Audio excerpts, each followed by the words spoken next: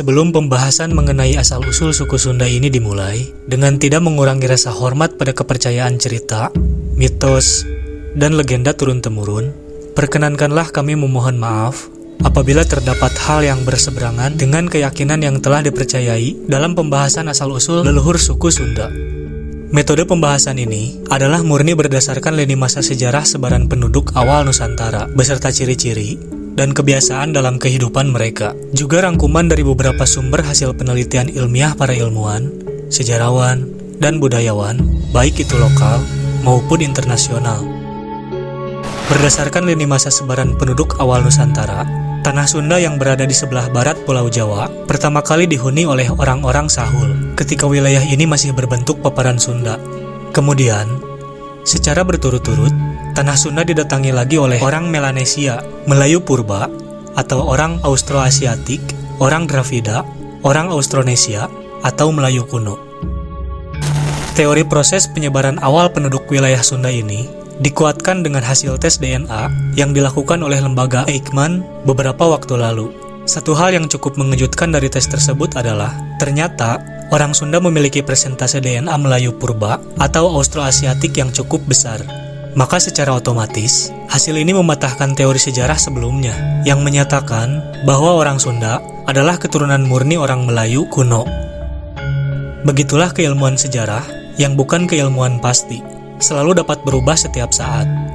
Sebagai pengingat, kata Melayu di sini merupakan istilah klasifikasi ilmiah berbasis bahasa yang telah lazim digunakan dan tidak merujuk pada suatu identitas atau gen dari etnis, suku, maupun bangsa tertentu. Faktor percampuran dari tes DNA ini sejalan dengan kondisi geografis wilayah Jawa Barat, baik ketika zaman paparan Sunda hingga zaman di mana kondisi Pulau Jawa telah berbentuk seperti saat ini. Jelas terlihat bahwa Pulau Jawa atau wilayah Jawa Barat merupakan salah satu jalur lintasan utama yang menjadi salah satu titik destinasi utama dari sebaran awal penduduk di Nusantara.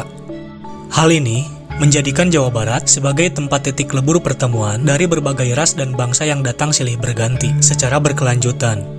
Karena itu, tidaklah mengherankan jika beberapa sejarawan mengatakan bahwa peradaban dan kebudayaan di Pulau Jawa berawal dari kawasan Sunda atau wilayah barat, lalu secara perlahan menyebar ke arah timur. Teori ini dapat dibuktikan, salah satunya yaitu keberadaan situs peradaban persejarah Gunung Padang Cianjur yang diketahui berusia lebih tua dari piramida Giza di Mesir, serta temuan artefak dari jejak permukiman masyarakat Buni di Bekasi yang diperkirakan berusia lebih dari 2.500 tahun. Bahkan, dalam perjalanan sejarah Pulau Jawa sendiri, Jawa Barat merupakan wilayah pertama dengan penerapan sistem pemerintahan yang bukan berbasis suku, dengan keberadaan Salakan Negara yang turut membidani lahirnya dua kerajaan kuno Nusantara, yaitu Kerajaan Tarumanegara di Jawa Barat dan Martapura di Kalimantan. Secara ilmiah, hingga saat ini belum dapat dipastikan dari mana nama Sunda itu berasal. Begitu banyak teori yang mengemuka, seperti nama kepercayaan, nama negeri kuno, nama gunung purba, nama budaya atau peradaban, dan lain sebagainya, yang dimana masing-masing teori ini memiliki latar belakangnya masing-masing.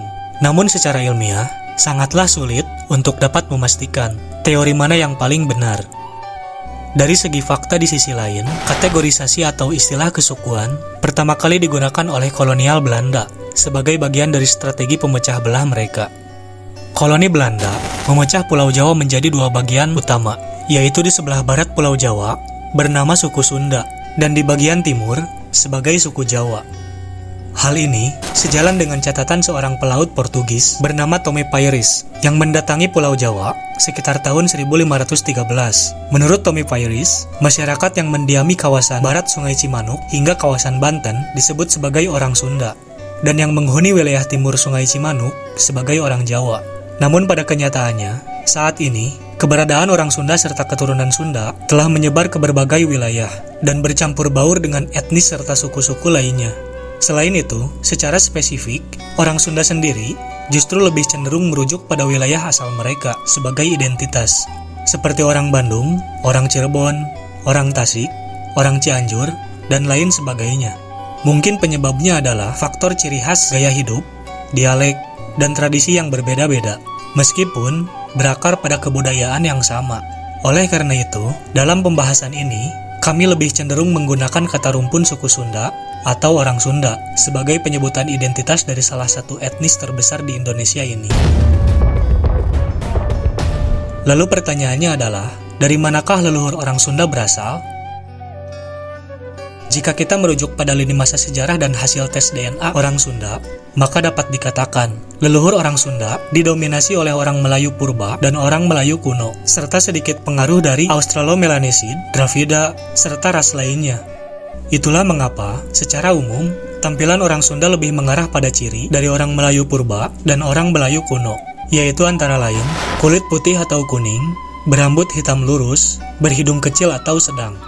Di sisi lain, beberapa daerah di mana pernah berdiri kerajaan-kerajaan kuno berbasis India, seperti Salakanagara dan Tarumanagara, serta daerah pesisir pantai, orang Sunda lebih cenderung berkulit coklat atau hitam, berambut ikal, dikarenakan probabilitas percampuran antar ras di daerah-daerah pesisir tersebut jauh lebih tinggi dibandingkan dengan daerah pedalaman atau di daerah pegunungan.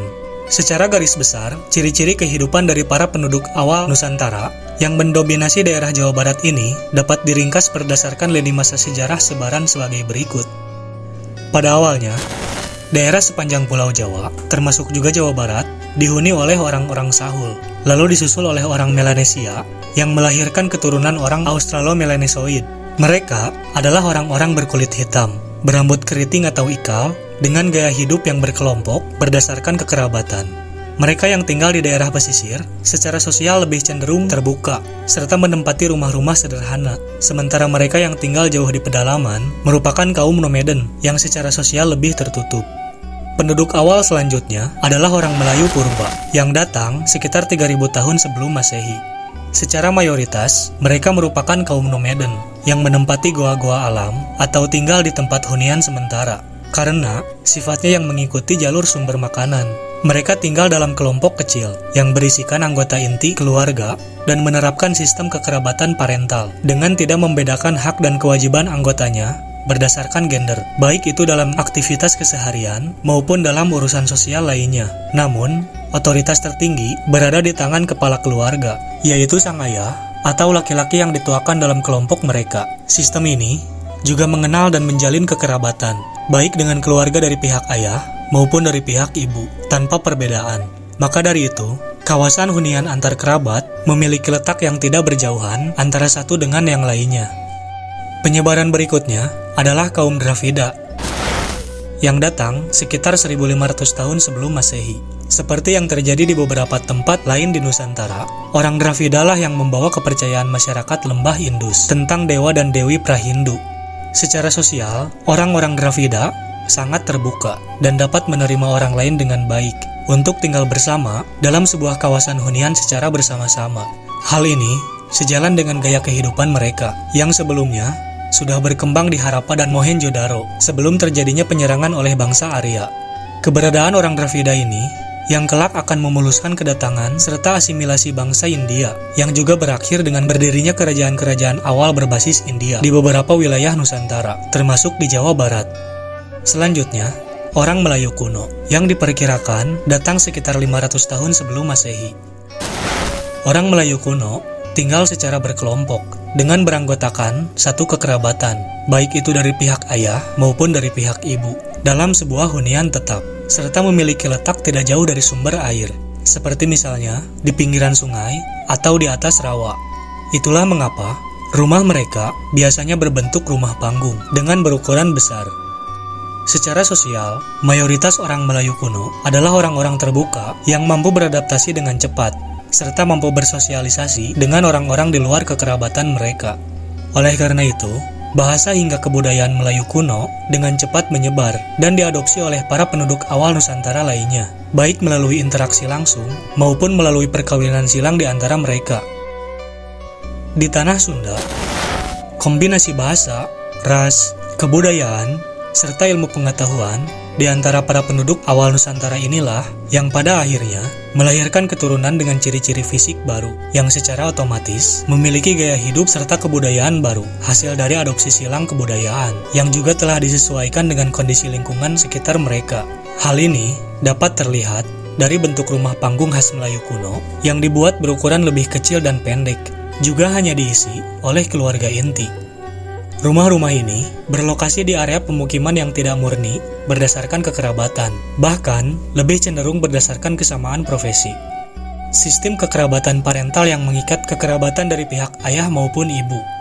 Ciri khas Melayu purba dipertahankan, meski mayoritas orang-orang Sunda secara sosial dikenal ramah dan terbuka dengan orang lain. Namun hingga saat ini, masih ditemukan pula kelompok-kelompok yang secara sosial lebih tertutup, sesuai dengan ciri kehidupan Australo-Melanesoid. Demikian pula dengan kepercayaan atas dewa-dewi, yang merupakan ciri khas dari orang-orang Dravida, masih dapat ditemukan di beberapa wilayah di Jawa Barat. Sementara itu, dari sisi keilmuan, khususnya pada bidang bahari, terjadi peningkatan yang begitu signifikan, menyebabkan leluhur orang Sunda menjadi para pelaut ulung. Mengutip kembali dari catatan Suma Oriental oleh Tommy Pieris di tahun 1513. Ketika itu, orang Sunda telah dikenal sebagai pelaut yang gagah berani, serta memiliki berbagai macam tipe kapal, seperti tipe Langkara hingga tipe Jung. Mereka juga telah mampu menjelajahi seluruh wilayah Nusantara, bahkan mencapai kawasan Maladewa, India, hingga Timur Tengah. Para pelaut ini pergi membawa komoditas seperti hasil bumi, kain, serta emas untuk diperdagangkan di mancanegara. Sekembalinya ke wilayah Jawa Barat, mereka juga membawa komoditas lain untuk kemudian diserahkan pada pihak kerajaan atau untuk diperdagangkan kembali, antara lain kaum budak, keramik, kuda, serta barang-barang komoditas lainnya yang pada saat itu keberadaannya sangat jarang di Nusantara maupun di tanah Sunda. Tommy Pieris juga menggambarkan orang Sunda sebagai kaum yang bersahaja, berjiwa satria, jujur dan pekerja keras. Hal ini juga kemungkinan dipengaruhi oleh faktor karakter Kasundaan yang telah dianut oleh mayoritas orang Sunda, yaitu diantaranya cager atau sehat, bager atau baik, bener atau benar, singer atau mawas diri, wanter atau berani, dan pinter atau cerdas.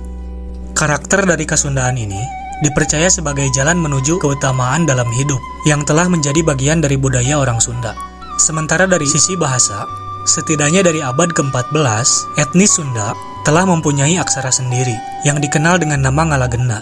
Aksara ini digunakan pada prasasti Kawali dan prasasti Astana Gede untuk mengenang Prabu Niskala Wastukencana yang dahulu memerintah di kawasan Kawali, Ciamis, sekitar tahun 1371 hingga tahun 1475. Namun sayangnya, saat ini penggunaan aksara Ngalagena seakan terlupakan akibat dari kurangnya perhatian untuk mempelajari dan melestarikan penggunaannya.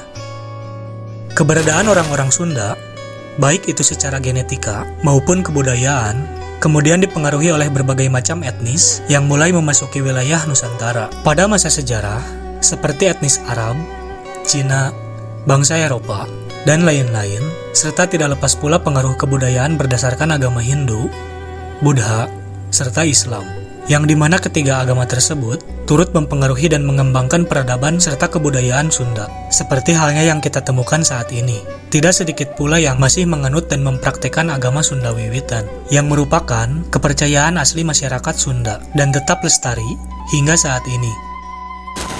Berbagai macam jejak sejarah panjang serta kebudayaan orang Sunda, dari mulai zaman purba hingga megalitik, masa kerajaan, kesultanan, perjuangan kolonial, hingga masa pasca kemerdekaan masih dapat kita lihat hingga saat ini, juga tersebar hampir di seluruh wilayah Jawa Barat. Bahkan, besar kemungkinan masih banyak pula peninggalan-peninggalan leluhur Sunda yang masih menunggu untuk diungkapkan, ditemukan, dipelajari, dan dilestarikan, agar generasi penerus semakin dapat mengetahui kehebatan dan kebudayaan tinggi yang dimiliki oleh salah satu nenek moyang bangsa Indonesia ini. Demikianlah pembahasan singkat mengenai asal-usul dan leluhur suku Sunda yang dapat kami sampaikan. Sebuah rumpun besar yang begitu historis, memiliki kebudayaan tinggi yang menjadikan bangsa Nusantara ini beragam. Namun, tetap satu, karena sejatinya kita semua adalah saudara.